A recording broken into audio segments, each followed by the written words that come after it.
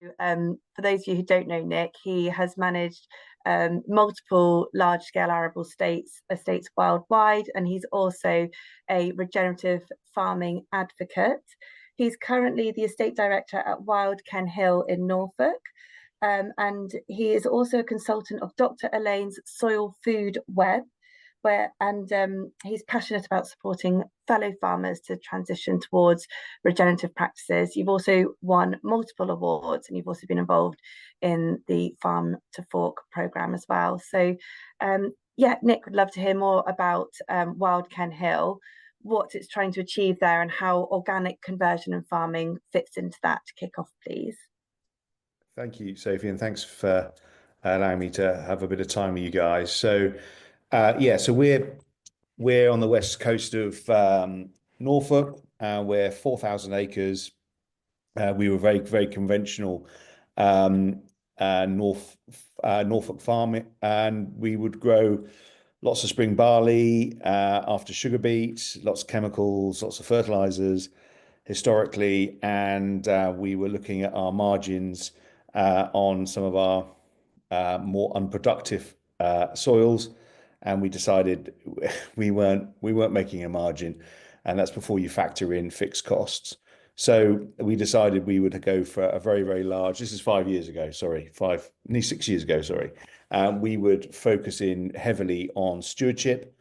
And have a high tier stewardship scheme. We took out 500 acres of arable land and connected it with 500 acres of woodland, and we formed a rewilding site on that land. And then we've got 250 acres of a wetland. So we got a freshwater marsh, and we put a bit of capital into that and flooded it, seasonal flooding for waders and wildfowl. And then we focused in on the arable part of the business. So we've got about 800 hectares of arable, and we decided we would be really bold. And remember this 6 years ago, and we decided we would make all our fields into rectangles. So we would take out all the little corners, all the little areas, take out the telegraph poles, putting strips down, taking out the telegraph pole to make it easier for the machines to, go around the headlands and go up and down the field a couple of times and then come out. That was really great, and took out about 250 hectares of land that went into stewardship. We've come out of our first 5-year CS agreement. We've just got into our second 5-year agreement, and we've gone a little bit bolder with what we were doing. I don't think we were bold enough at the start. And at the time, we were also focusing in on how we can remove our reliance on inputs, synthetic inputs, and we decided we would follow the regen principles, but we would also kind of follow the organic principles as well. So we didn't want to use any synthetic inputs at all. So we went cold turkey. We decided we would just draw a line and we would stop using those inputs. And that was the year that Russia went into Ukraine, and fertilizer prices hit £1,000 a ton. And we then refocused our efforts on understanding more about the soil and what we were doing. We decided at Ken Hill that we would really focus in on the soil food web approach and look at trying to re-inoculate our soils with the right levels of microbes to recycle some of the nutrients that are in our sand, silts, or clays, our parent material. And we do that by utilizing some of the stewardship options that Jerry was alluding to with clovers.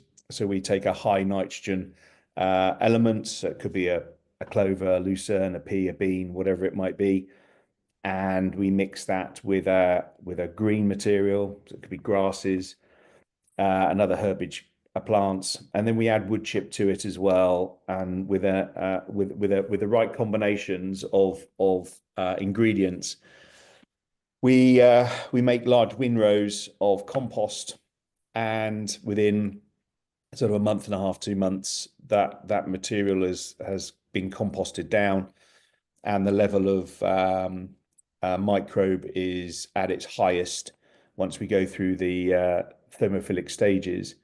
And we then apply that either as a solid, or we apply it as an extract, not a tea, an extract.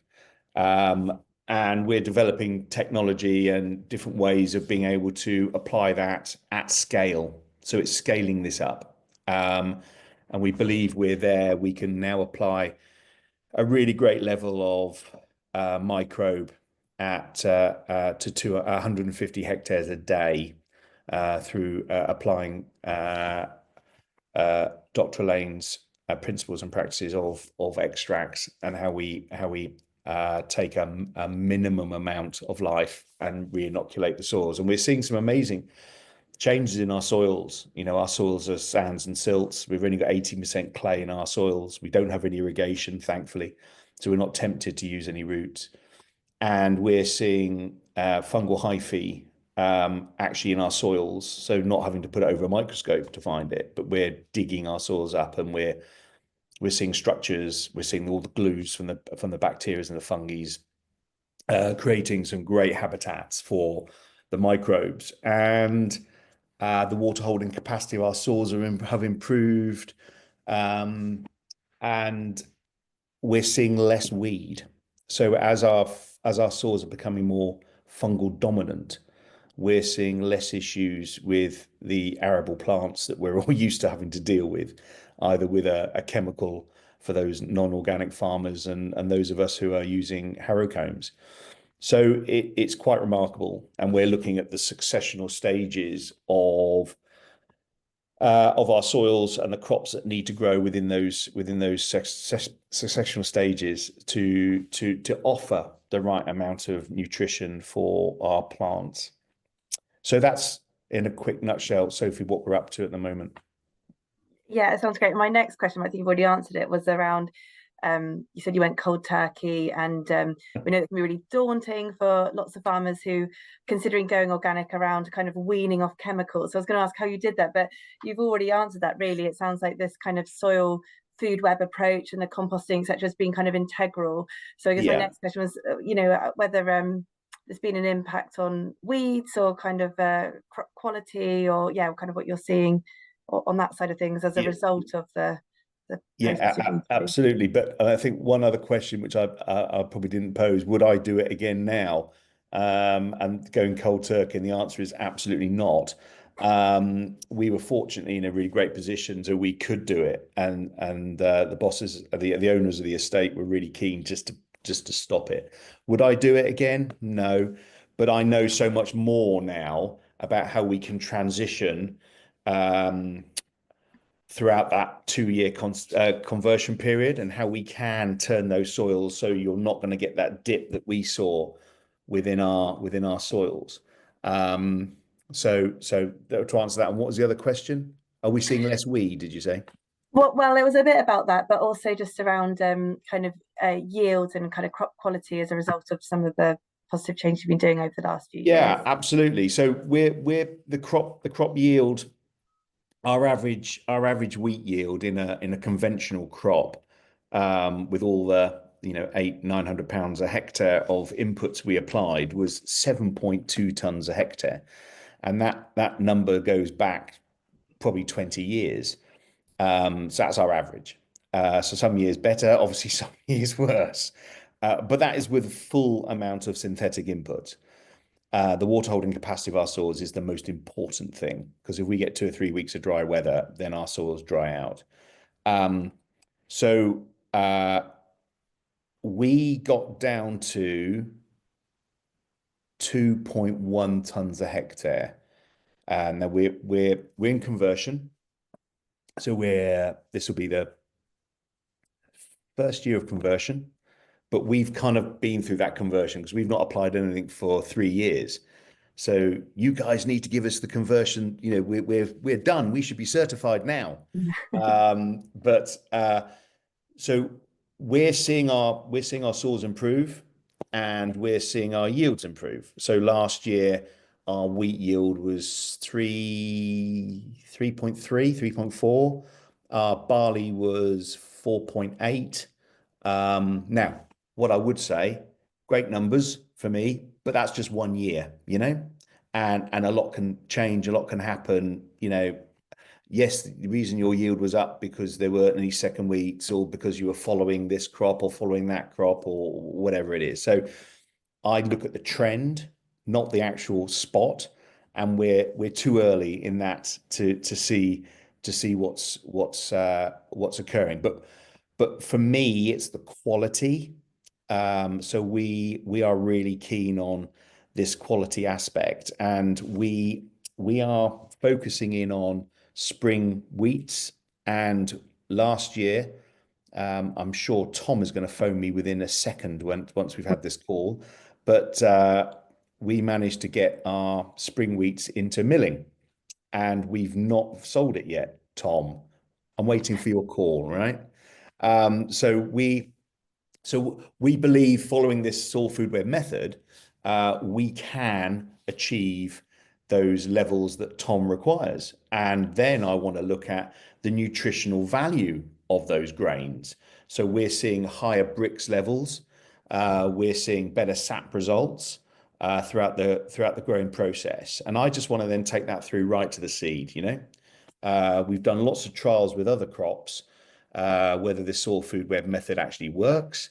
And being a cynical old farmer, yes, it does, if applied correctly. Now, it's not an instant hit, so we need to take our thoughts away from putting on 250 kilos of fertilizer and seeing it happen sort of next week. This is a 2 year. This has been it's been a 4 year journey for us, but I think we can turn it down into 2 years now, and actually start making a difference. But we're going to continue to do this until we get to our right successional stage for growing a wheat or a cereal crop, which is 1-to-1 fungal to bacteria ratio. We're now at 0.6. We were at 0.01. And with the over 400 soil samples I've done around Norfolk, Oxford, Cambridge, all over the place, all those farms are very, very typical soils I see, and I measure the fungal to bacteria ratios. So I'm a lab technician, so I can do all my own lab work through Dr. Elaine and her soil food web processes.